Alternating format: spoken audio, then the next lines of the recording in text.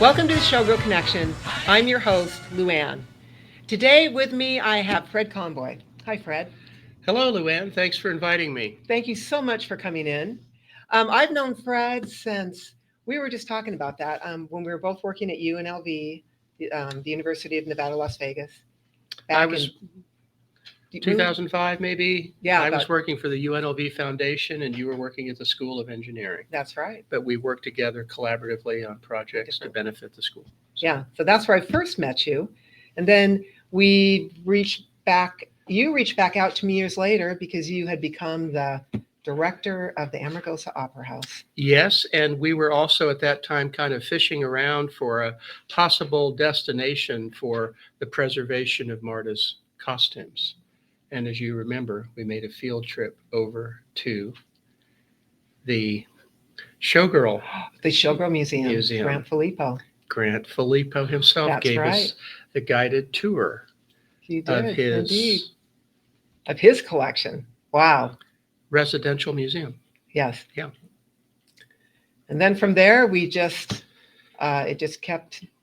I just kept getting pulled in because I had never been out to Marta Beckett's Opera House, and I had every intention to over the years. And I came to a couple of your events out there. Right, and you recruited lots of your friends, Susan Houston, for example. Yeah. Meyer Lansky, Danny Porter. So we're grateful for your friendship and partnership, Luann. Oh, I love it. And so that's why I brought you on today, because I want you to talk more about Marta Beckett and the Opera House, because I think there's a lot of people that know about that Opera House, but there's a lot of people that don't. And so maybe you could even start a little bit with Marta Beckett. And who is Marta Beckett? Well, and where is the Opera House? I'll start by telling you a little bit about how I met Marta. Okay. And then we can give you a Cliff Notes version of Marta's discovery of Death Valley Junction, where she painted her legendary opera house. So I was working back then at the UNLV Foundation right around 2001. And I get a call one day from a lady named Marta Beckett, who's living out in a town called Death Valley Junction, California. I hadn't been to Death Valley. I just moved from Tempe, Arizona to Las Vegas. But she described this remote town. She described the Amargosa Hotel, the Amargosa Opera House, and a little cafe. And she invited me out. Okay. And so I took her up on that. And I came out one weekend when she was still dancing on stage. And she offered me a room in the hotel in the Red Skelton room, named after her friend and fellow vaudevillian and mime, Red Skelton, whom you know about. And we maintain a friendship with his third wife, Lothian, today. But that first experience of coming out and meeting Marta, watching her perform, staying in that Red Skelton room, which was festooned with circus figures, it was just amazing. And so I felt like I kind of fell down that rabbit hole on that weekend, and it changed my life forever. She said, "Would you help me preserve my town and its artifacts and assets?" And I said, Wow. "Yes, I'll do what I can." Wow. Professionally, for the UNLV Foundation, it didn't work out the way she had hoped, but on a personal level, I dedicated myself to her, and I continue to support that effort today. And so what year was that? That would have been 2001. Okay. Yeah. Okay. So that's how I met her. Now, Marta discovered this town, if I can just jump into that story, because she was a dancer and a ballerina performing on Broadway and at Radio City Music Hall in New York. She was also a painter. She worked in Radio City. She did 3 Broadway shows, Wonderful Town, A Tree Grows in Brooklyn, and Showboat. She painted prolifically, canvas paintings sold through a gallery there called Milo's. Her mother was her most, dedicated patron, as well as her father, as best he could at that time. But Marta got a bit restless and decided to take her dances and her shows on the road. And so she had met Tom, her husband, by then, and they set out. And for 9 years, they lived in a van and a camper and went across the Midwest, where she performed one-woman shows for 9 years. And so So she was when a would that have gypsy. been? So what years would have been? That would have been from early 19, about 1960. Okay. Yeah. Okay. And so imagine Marta Beckett and her husband in a van pulling a camper full of her costumes, full of her easels for her paintings, with her husband, who was her promoter, her stage manager, stopping at all these places in the Midwest to perform one-woman shows, some of which were classical in nature. She'd been performing them for years in New York, and some of which she made up as she went along. I enjoyed the fact that she even stopped in my home state of Kansas, in Dodge City, and in Independence, where William Inge, the playwright, lived and wrote. But anyway, as she got into California, they had a flat tire in Death Valley. And to get the flat fixed on this trailer, they pulled the rig up into Death Valley Junction, which at that time had a service station. This would be 1967. And while the flat was being fixed, Marta wandered around the town, exploring, poking around, and looked through the chink of the door in what was then called the Corkle Social Hall. And looking through that door, she saw a shaft of life which had landed on a doll's head, and she saw a kangaroo rat. But more importantly, she saw these blank walls, which to her were a blank canvases. She said, empty spaces are places to create. And so she saw that this was a place where she could create. And presciently, she also claims that a fortune teller in New York had told her years ago, you will end up moving to a remote location where you will spend the happiest years of your life. And she says, I see a letter A. So all of this to Marta was seen as a prophecy, as destiny, that she was supposed to come to this town called Amargosa. Well, what did her husband think about that? Well, I think he, anything you say, dear, I know. I think at the time he saw the possibilities. Now, the town had been abandoned since the outset of World War II. It was formerly a refinery for the Pacific Coast Borax Company from 1907 to 1941. And so what was there today was an abandoned town. The railroad tracks had been removed for metal salvage for the war, and all of the shanties and tents were gone across the street. But she saw the possibilities. And so Tom and Marta rented this empty social hall for $45 a month. Wow. And then she rented scaffolding. And for the next 6 years, she painted the 4 walls and the ceiling of the Amargosa Opera House. 4 years on the walls and 2 years on the ceiling. And so who would paint such a magnificent pictorial, these murals on rented walls? Yeah, good point.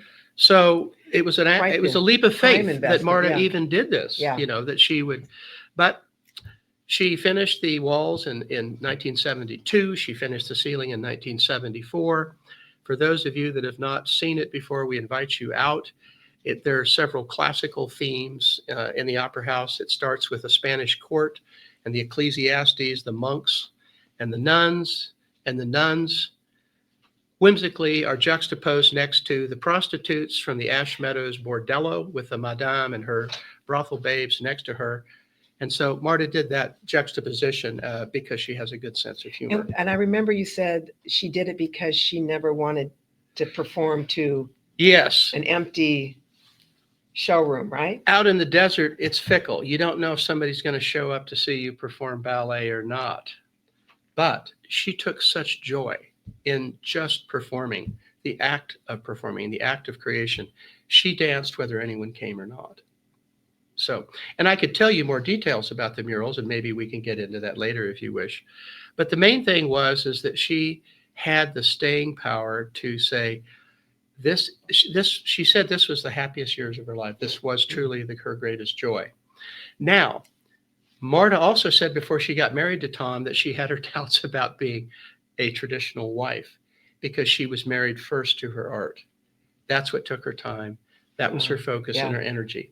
So she and Tom ended up divorcing about 10 years later, but Tom was very important for that in the beginning because he was her stage manager and helped her get the Opera House ready.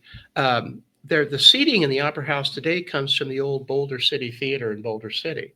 Used to be that when she first started, her first performance in 1968, she performed to only 12 people. Wow. And they sat in folding chairs. Hmm. And the Opera House was only half painted.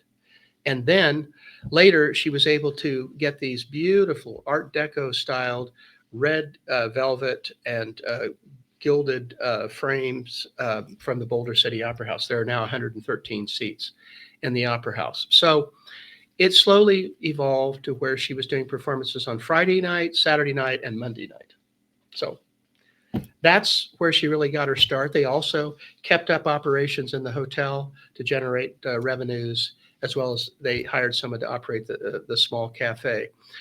During this whole period, though, there were floods. In 1968, the entire Opera House flooded. Wow. And she spent several days cleaning out the mud. We've experienced the same thing pretty much every monsoon season. But I think the remarkable thing is that Marta had this vision for what she wanted to accomplish. She spends the first 44 years of her life in New York, right, and on the road with her husband. And then she spends the next half of her life living out in the desert, in the middle of nowhere, and against great odds, performing every weekend, making all her own costumes. Wow. All her own props, painting her own backdrops, writing her own songs, drafting her own scripts, and in the meantime, in her spare time, painting canvas paintings. And she was so talented. She was prolific.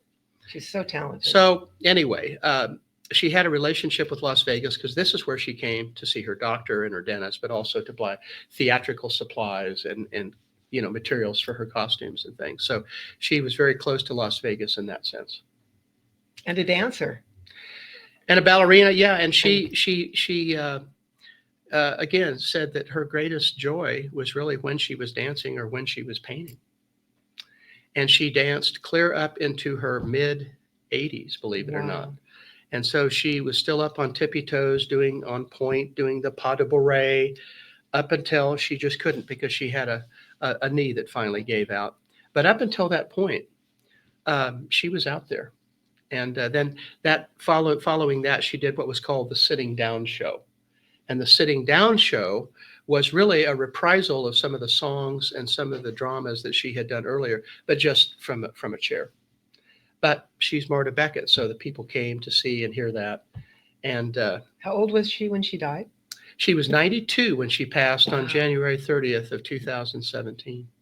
And there was still a canvas on her easel that was fresh. The subject was about astrology and numerology. She was very enchanted by those things. Well, I wished I got to meet her, but I did see her documentary.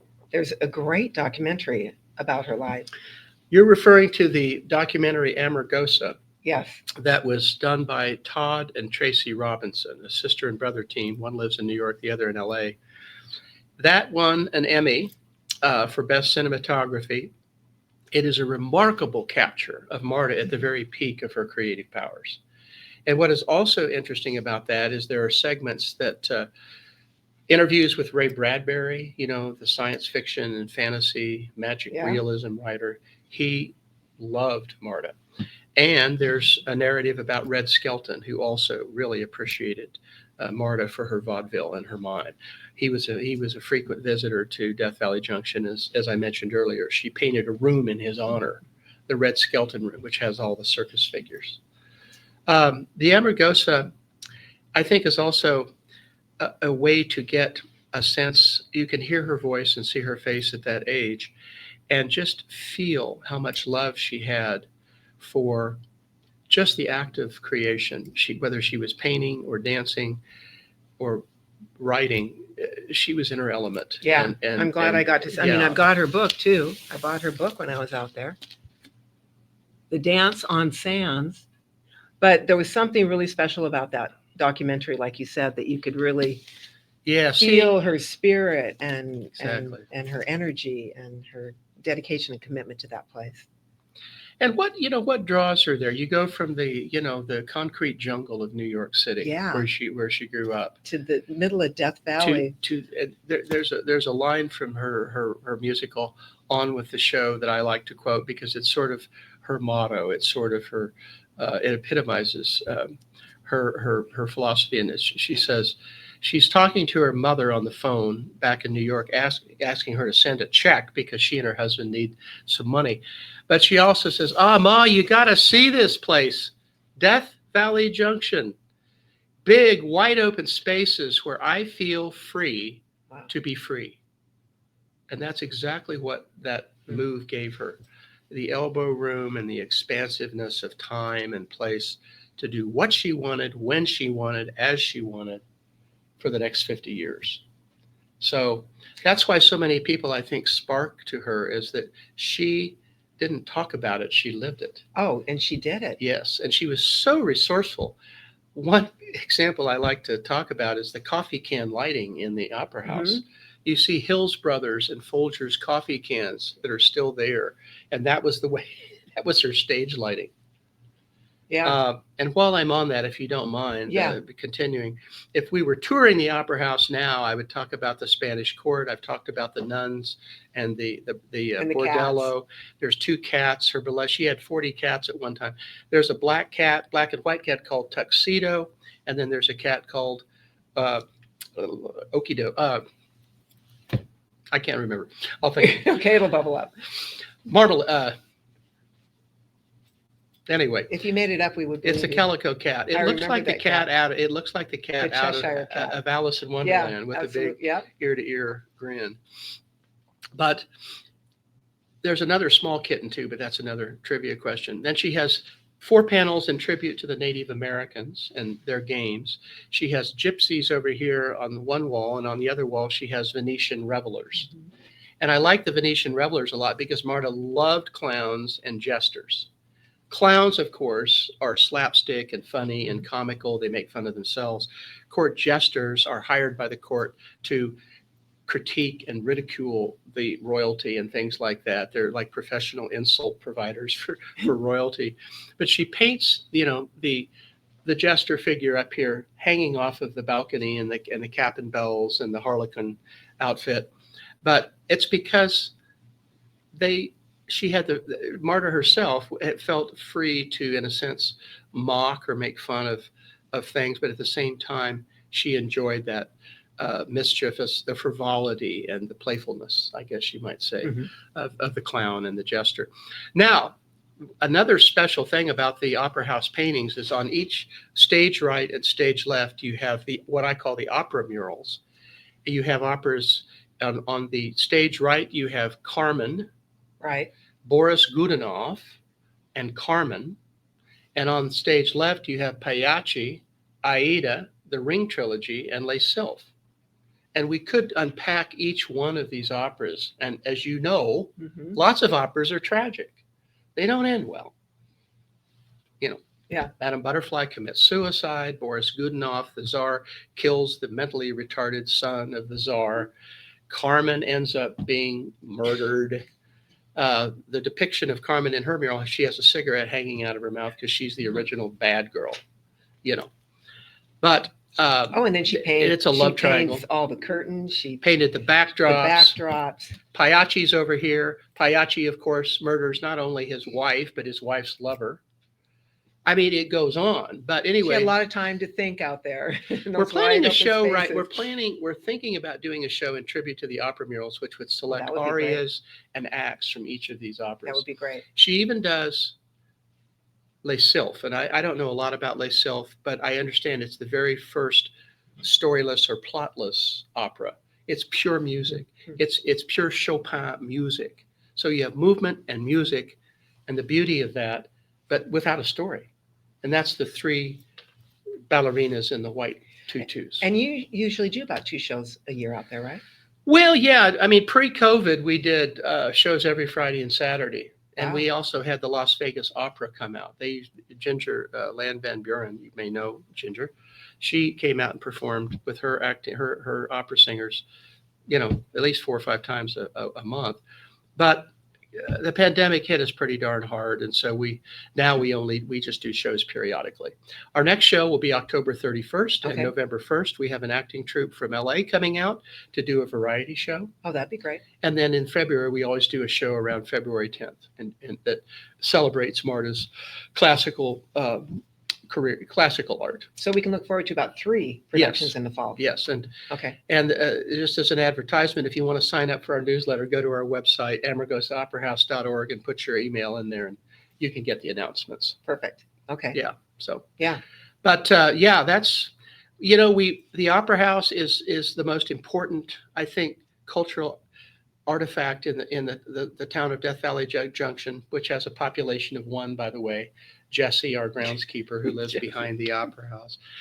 But the hotel is important because that's a lot of visitors come from around the world who either visit the national park, Death Valley National Park, or are on their way from Vegas to Joshua Tree or wherever. Oh, it's a great place to stay. And then you're just 30 minutes from to the Death Valley Junction area.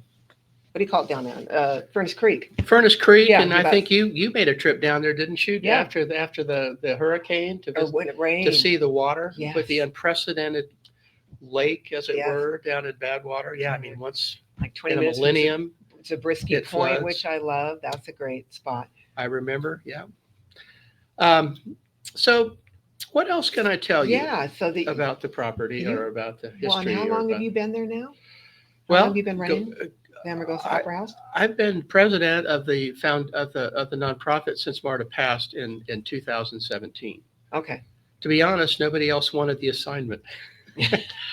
But I promised Marta that I would do what I could to help preserve her legacy. And so here I am today, trying to do that. A little bit like Don Quixote, tilting at the windmills, it seems. But I'm an idealist, and I have every conviction that we will, in the end of the day, keep it all going, and Marta's legacy will live a long, long time. This is a good time. We have to take a commercial break, and then we can come talk. Let's come back and maybe talk more about where we go from here. Where we go from here. Okay, that would be and maybe great. I can share some current some quotes from patrons who have kind of sparked to Marta's story and her life. It's a real magical place. Yeah. It really is. And I love coming out. So let's take a break and we'll be back. All right. The Showgirl Legacy Foundation is a 501c3 nonprofit dedicated to preserving the historic significance of the iconic showgirl as a performing artist. We achieve this through curriculum-based educational programs in partnership with the Las Vegas Academy of the Arts. The program includes a panel of entertainers and showgirls modeling authentic costumes for the visual arts students to paint. The students submit their artwork to the Showgirl Art Competition that becomes the annual Showgirl Art and Costume Exhibit. The foundation also represents guest speakers that give historical presentations about the Las Vegas Stage Show Spectaculars and their personal experiences. The speaker brings authentic show costumes for photo ops and tailors their presentations for conferences, conventions, luncheons, museums, and other venues.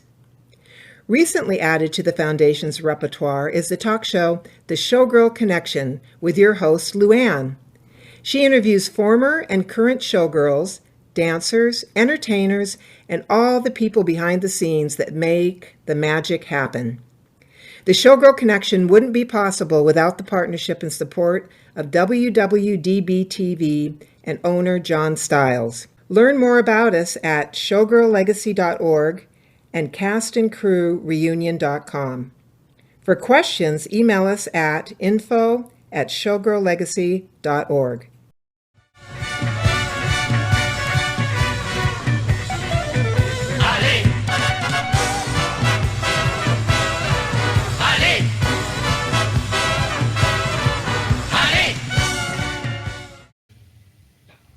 Welcome back. I'm here talking with Fred Conboy. And so, hello. Hey, Fred. So it's always interesting how you have conversations when you're taking a break, but we were talking about Marta's legacy and what you envision that to be now moving into the future and what that includes. Well, thank you for that question. And Marta always envisioned a place where people could commune with the classical arts. When she painted the Opera House, she felt like when you walk in to the Opera House, you're there surrounded by the classical art that she so appreciated and valued. The motto that she painted in the scroll on the side of the Opera House walls states in Latin, "The walls of this theater and I dedicate these murals to the past, without which our lives would have no beauty." And that was her credo. That was what she believed. So everything she did, in a sense, was take a magic carpet ride with me to the past. She said, "I don't really like avant-garde art, and I don't really want it performed on my stage." And yet, when you think about what Marta Beckett did, do you know anybody that was more radical or more rogue than Marta, coming out from New York to the desert and doing all of this out of whole cloth? Yeah. And painting an opera house? And so how is the It's art? quite amazing. How is the art holding up on those walls? So what you have is she painted 50 years ago these murals with casein paint. It's a milk-based paint. And she painted that directly onto the walls of the adobe structure. So that's a very porous kind of thing, material. So with the expansion and contraction of the adobe out in the desert, because it gets extremely hot in the summer and very cold in the winter, that's what you have to be concerned with. However, the casein paint that she painted, and she did put a shellac on top of that to help preserve it. Those murals are just as vibrant and just as colorful today as the day she painted them. Why? Because no ultraviolet light has ever been able to penetrate, except for the light coming in the door when you open it to come in. Other than that, there's been no exposure to damaging ultraviolet rays. So I take my flashlight in sometimes and shine it on the murals just to show people the vibrancy of those colors. They're still very vivid and bright. Wow. And the overall structure of the Amargosa Opera House is the structure is still fairly in place. We've had a leaky roof over decades, and so periodically we have to get a new roof. But that goes with living out in the desert. So we have really been challenged by a lot of the monsoons and Hurricane Hillary in 2023, because believe it or not, in a place that's really dry, when it rains, it really does a number on the town. So we had 6-7 inches of water accumulated in the Opera House, and we had the same in the hotel. Wow. So much that we had to repair 11 of the hotel rooms with new carpeting, and we spent several weeks repairing the floorboards that were warped and buckled due to the floods. So part of the challenge is just keeping these antique structures intact so that they can be enjoyed for the next generation. And so how many rooms do you have? Well, we currently have 15 rooms that are rentable. Plumbing is always been a big challenge at Death Valley Junction. And so we spend a lot of money just making sure that things work right plumbing wise. Guests are entitled to that when they come out there. So we call our plumber more often than we call our electrician and our roofer, but like we just had him out this week. But beyond where does your source of income come from? You're renting the rooms? The hotel is the primary source of revenue. Okay. And some through ticket sales of events in the Opera House, and then some through private donations. But we are in quest of funding that can help us to establish a long-term endowment to stabilize and sustain operations. And at the same time, we're also working with some structural engineers and adobe specialists for preserving the actual structures themselves. The original colonnaded structure out there, the Spanish Revival colonnades, were built in 1923. Wow.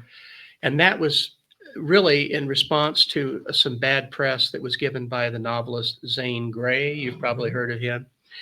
He talked about the brutal, harsh working conditions of the mill hands out there in the heat.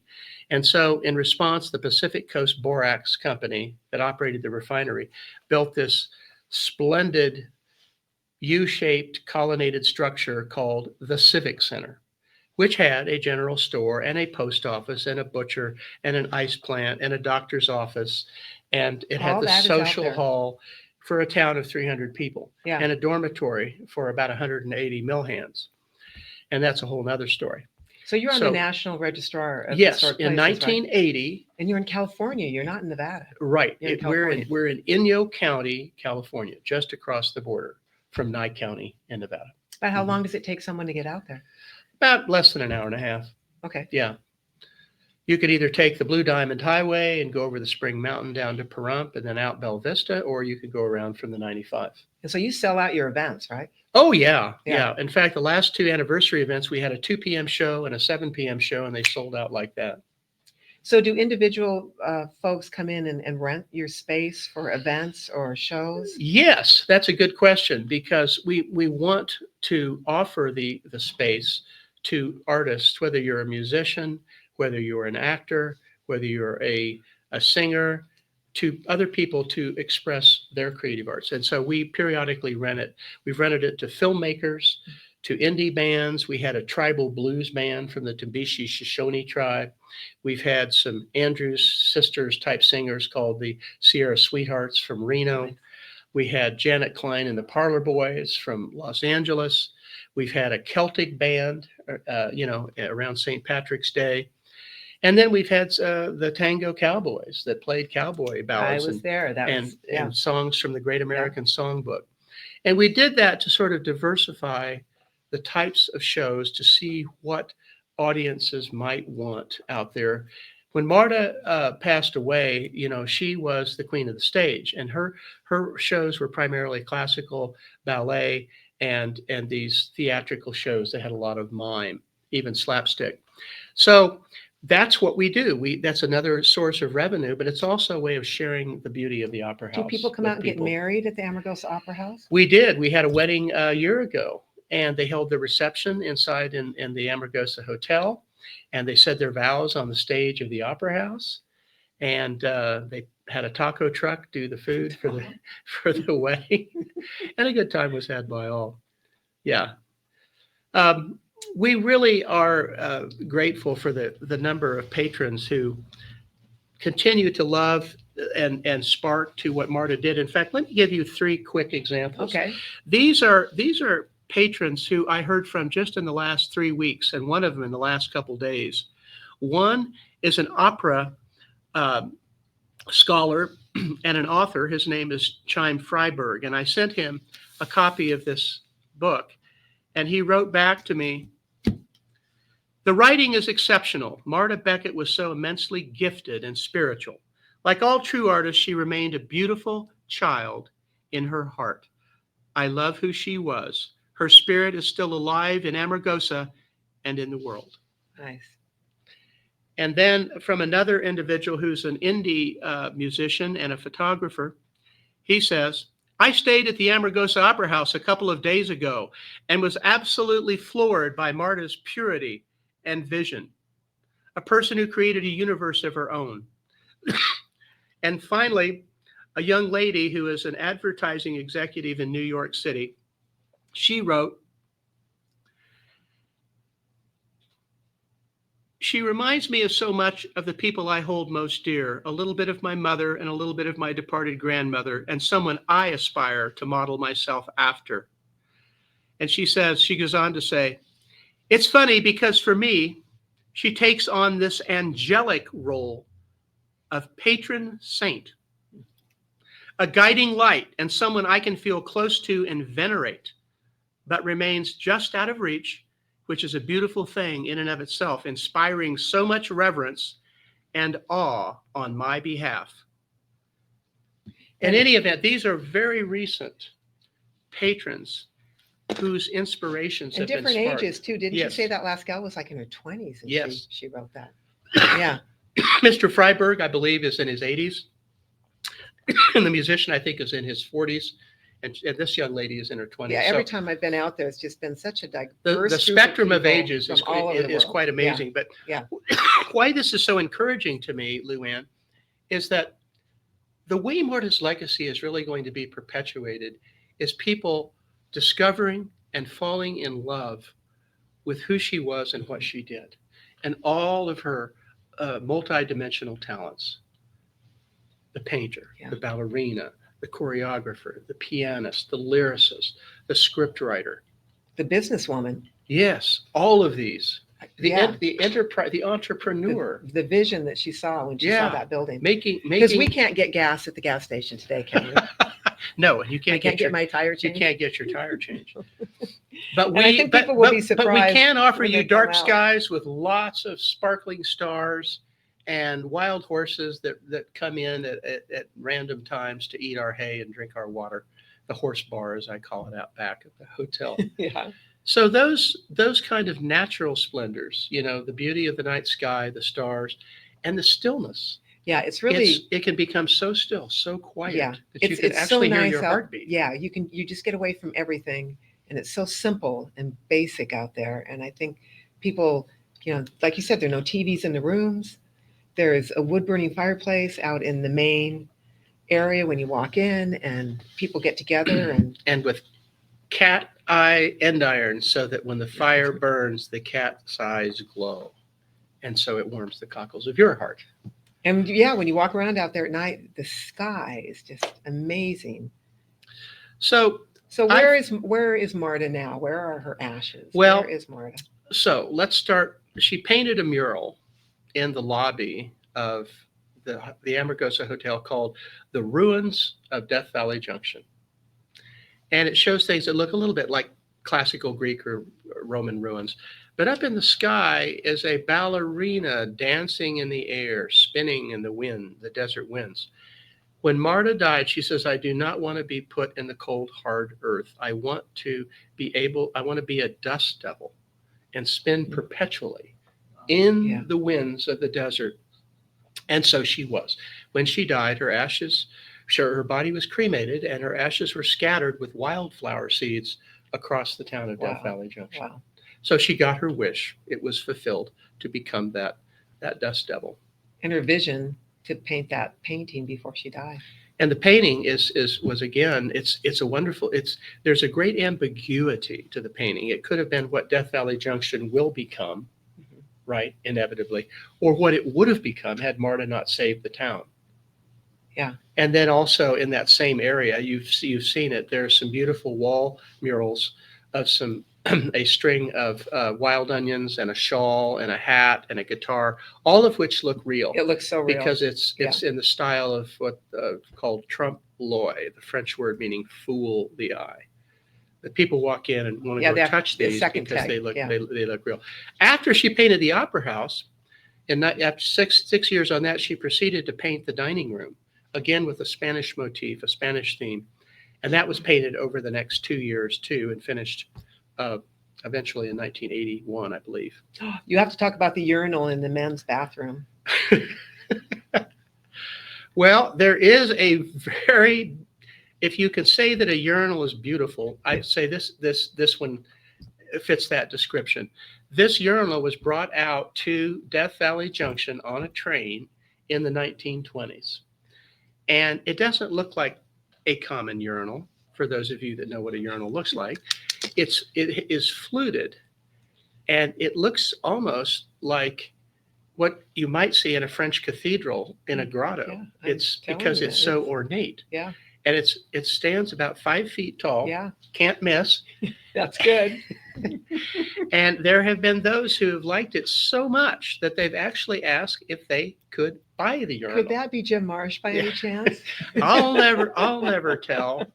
Now, Jim Marsh has about everything that money could buy. Except that urinal. And the two water towers standing out in the rail yard. Talk about those two water towers. There's twin towers. One. They're kind of rusted out, but this is what had delivered water to the town back in the early part of the century, 1905, 07.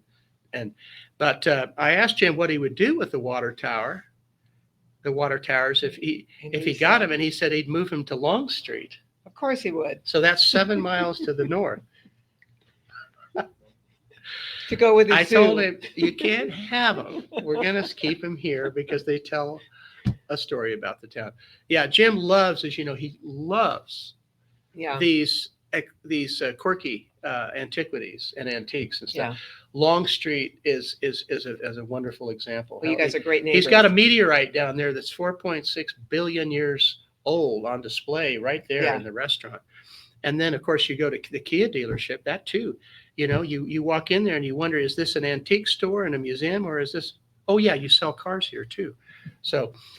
Yeah, no, you guys, it's really fun to have both hotels out there so you can. Jim has been a wonderful, long-standing patron, going clear back into the 70s when he owned a car dealership over on Sahara and Eastern, back where the old DMV was back then, Armstrong Motors. Mm-hmm. And if you look on the arm of the third chair over on the front row by the piano, it says Jim Marsh, Armstrong Motors. Oh, wow. And Marta also had a cat named Armstrong. Where did she get the name for the cat? Yeah. So the thing that's important today is that the history of the town is a borax refinery, the Tonopah and Tidewater Railroad. That's the pre-Marta history, but equally important in its own way. So how do you see things today and moving forward? Well, in that property? Like I say, we have plans afoot right now to preserve the structures themselves because they also tell these stories. Yeah. So preserving the Civic Center, the cottages that were built for the families just to the north of the Civic Center. There's a craftsman house. I think you've seen it out in the back property there. And but what we need is to get these Adobe specialists working with some of these engineers so that we can do the kind of restorations that are authentic. Good. Yeah. And not do anything that would take away from the originality or the authenticity of the structures. Okay. But that's on the historic side. Then on the other side, we want to increase the number of patrons who visit either for the hotel or the opera house.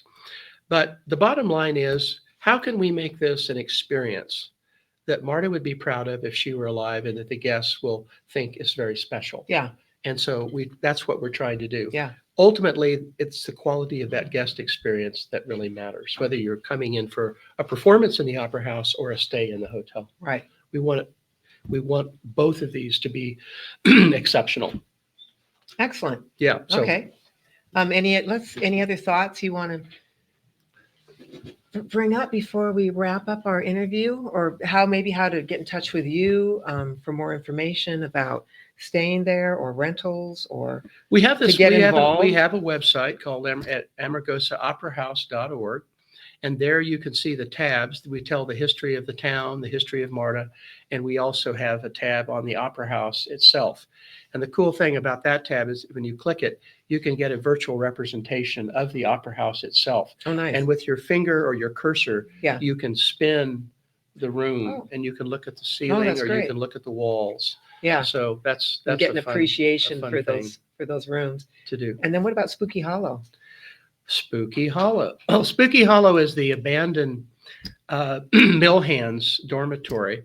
We do give tours periodically, mostly to ghost hunters who are persistent and want to come in. Okay. In fact, just last night. So all you ghost hunters out there, think about the Amargosa Opera House when you're looking for ghosts. And haunted is a relative term, right? You can say I go back to my old haunts, and then there's the haunt in terms of a ghost figure that looks like Casper, that's got a white, diaphanous body, and then there's the spirit that you just feel because it's a spirit of joy or happiness. Yeah. I have been going out there for 25 years, and I have not had any experience of bad energy or bad ghosts or evil or what about good energy and good ghosts? To me, it's nothing but a very positive feeling. I agree. It's a feeling of exhilaration. Yeah, I would use that word.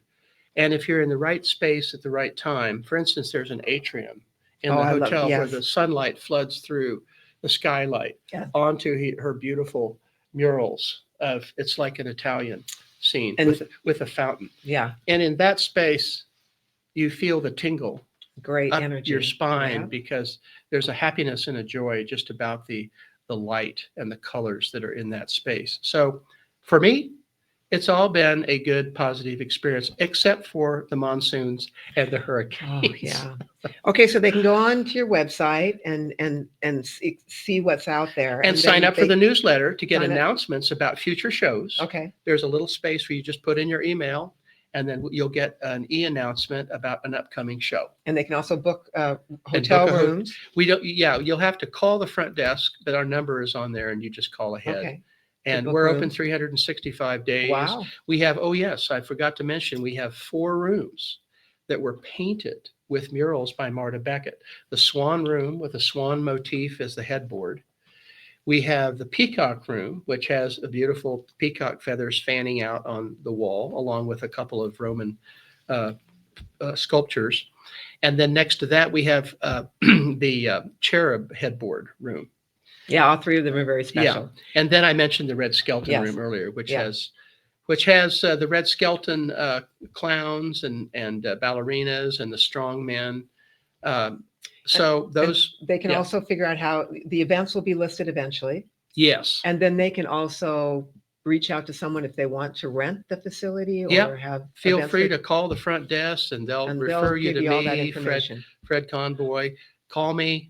Email me. I'd love to have a conversation with anybody that feels that they have something that they want to do artistically. Might be a photo shoot, might be a film, might be a dance, might be an opera, whatever it might be.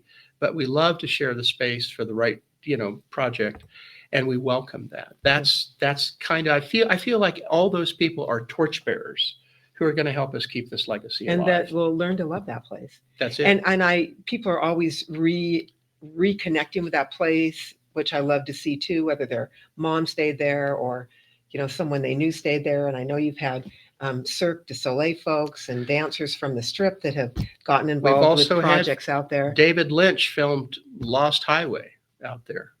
Robert Plant filmed the music video Big Log out there. So we've had those types of things. A great location. People. Yeah, very unique and special. But more importantly, we just have a group of people from all over the world who come out and who immerse themselves in the beautiful light, during the day and at night, and they listen to their own heartbeat. It's so still, and the solitude can be a refreshment for your soul. And that's what a lot of people seek. They just want to have that quiet space for a night or two. And the Amargosa Opera House is the place to go. But 2, we also encourage conversations, something that seems to have been lost because we're all glued to our device. Yes. People sit out by that fireplace. I've spent many evenings out there talking to people from all over the world, all different ages. A father told me it was the first time in months that he'd actually sat down and talked with his daughter. He read her a story, and then they talked about it. Nice. So, okay, well, so you heard it from Fred Conboy. You've got to go out and see the Amargosa Opera House. I really encourage you to go. Yeah. And now this is a perfect time to go too.